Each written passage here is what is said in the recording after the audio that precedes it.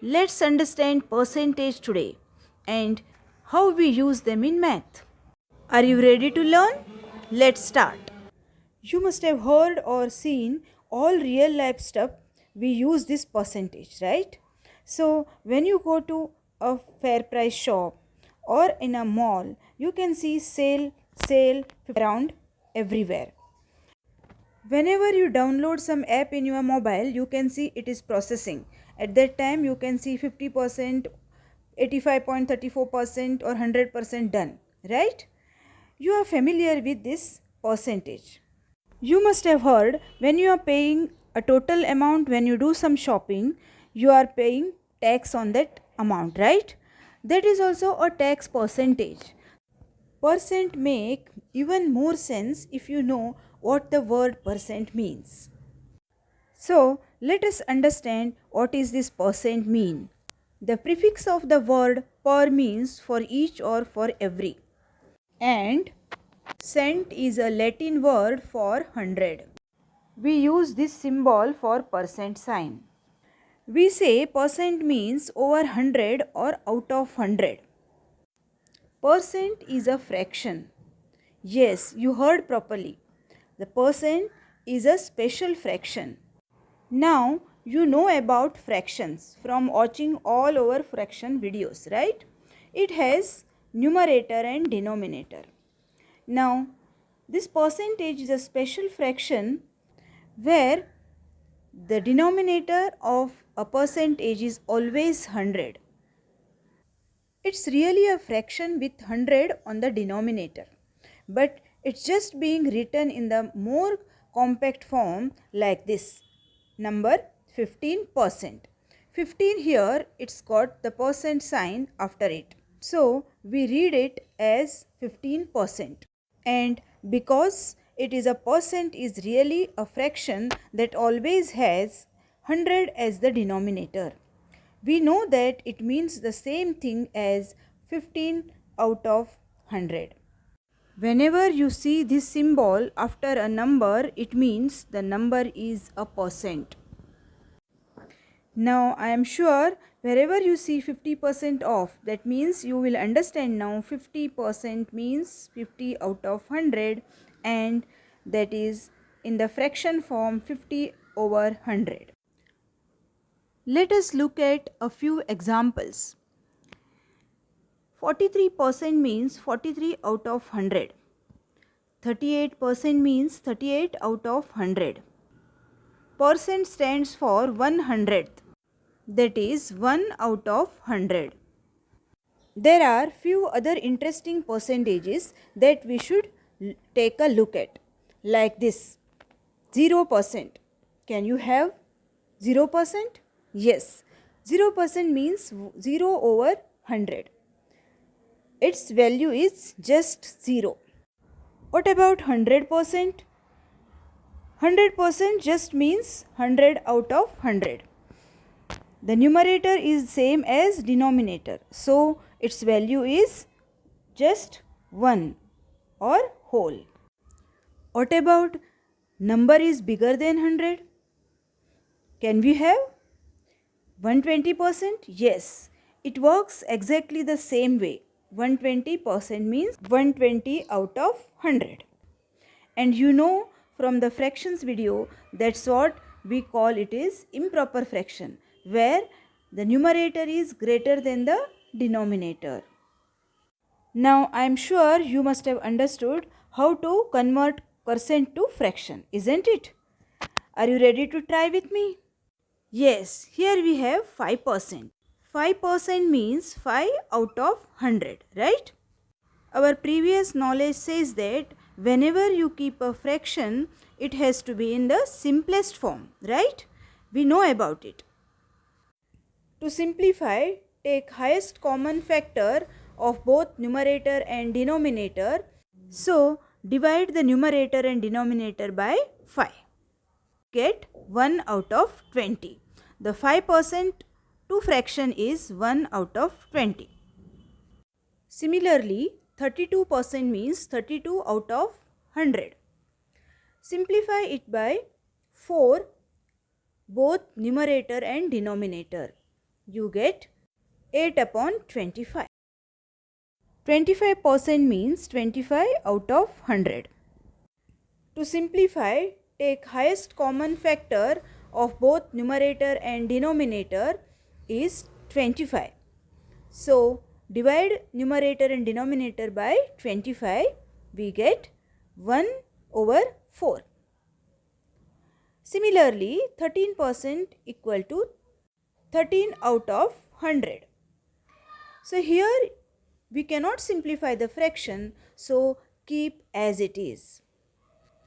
Students, I am sure you must have understood now the percentage is a special fraction, right? Now, if suppose we have been given fractions, how can we convert them into percentage? Can you think over it? Yes. The given fraction has the denominator 100, then it can be easily converted into percent, right? It's very simple. In this case, simply you can write 69%, where 69 is the numerator part and the denominator 100 write as percentage sign. Similarly, 7 out of 100 can be written as 7%.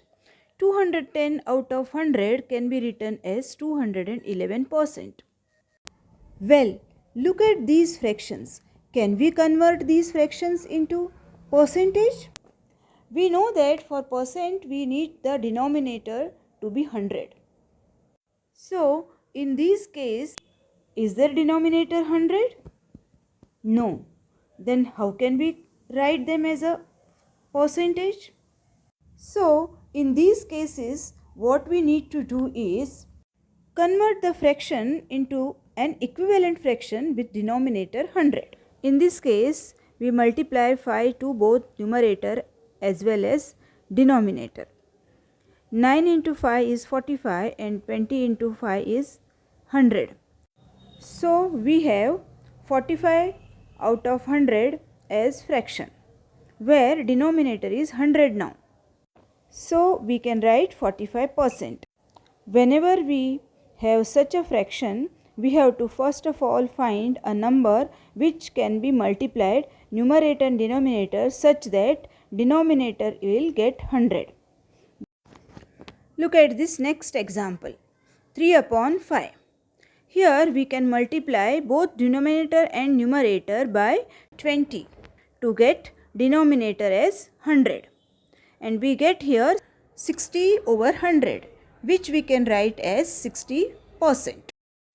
Now, one more thing we need to understand, that is percent to decimal. For example, 15% can be written as 15 out of 100 as a fraction form.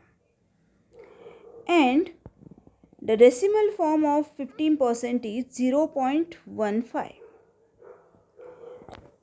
As our previous knowledge says that the fraction can convert easily into decimal values when we have base 10 fractions.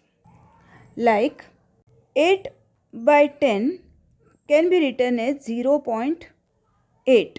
55 over 100 can be written as 0.55. 215 over 1000 can be written as 0.215. Percentages are base 10 fractions. They are hundredth because their denominator is always 100. That means it's really easy to rewrite a percentage as a decimal number. So, we can write 15% as a fraction 15 over 100 or as a decimal 0.15. Let us understand by taking few more examples. 25%. Fraction form is 25 over 100 and you can write decimal as 0.25. 5%, 5 over 100 can be written as 0.05 in decimal. 215% can be written as 215 over 100 and in the decimal form 2.15. Can we have 0% to decimal? Yes. 0 over 100 can be written as 0.00 and it always gives a value 0. 100%, 100 over 100. In decimal 1.00. But 1.00 is the same value as 1. That's why 100% represent one whole. Now you know percent can write as either fraction form or their decimal form, right? But keep in mind that you could go the other way too. Now can we write decimal form to percent form? Yes. Here we have decimal form 0.05. You can say that it is 5%. If 0.38 can write as 38%. 2.15 can be written as 215%. Or if you get decimal 0.10, you can say that 10%. So that's the key to percentages. They are another way to write fractions and decimals. You should be sure that you really understand the basics of percentages by doing the exercises for this section. So that's all for this session. Students, I am sure you have found this session easy, useful and understood the concepts that we discussed today. If you have any doubts or anything for this session, do let me know in the comment. As I always say, maths requires practice, so be sure to work on it. I will be back with some more new concepts, new videos. You may like and share the same, as it may help someone. Stay tuned with UMaths.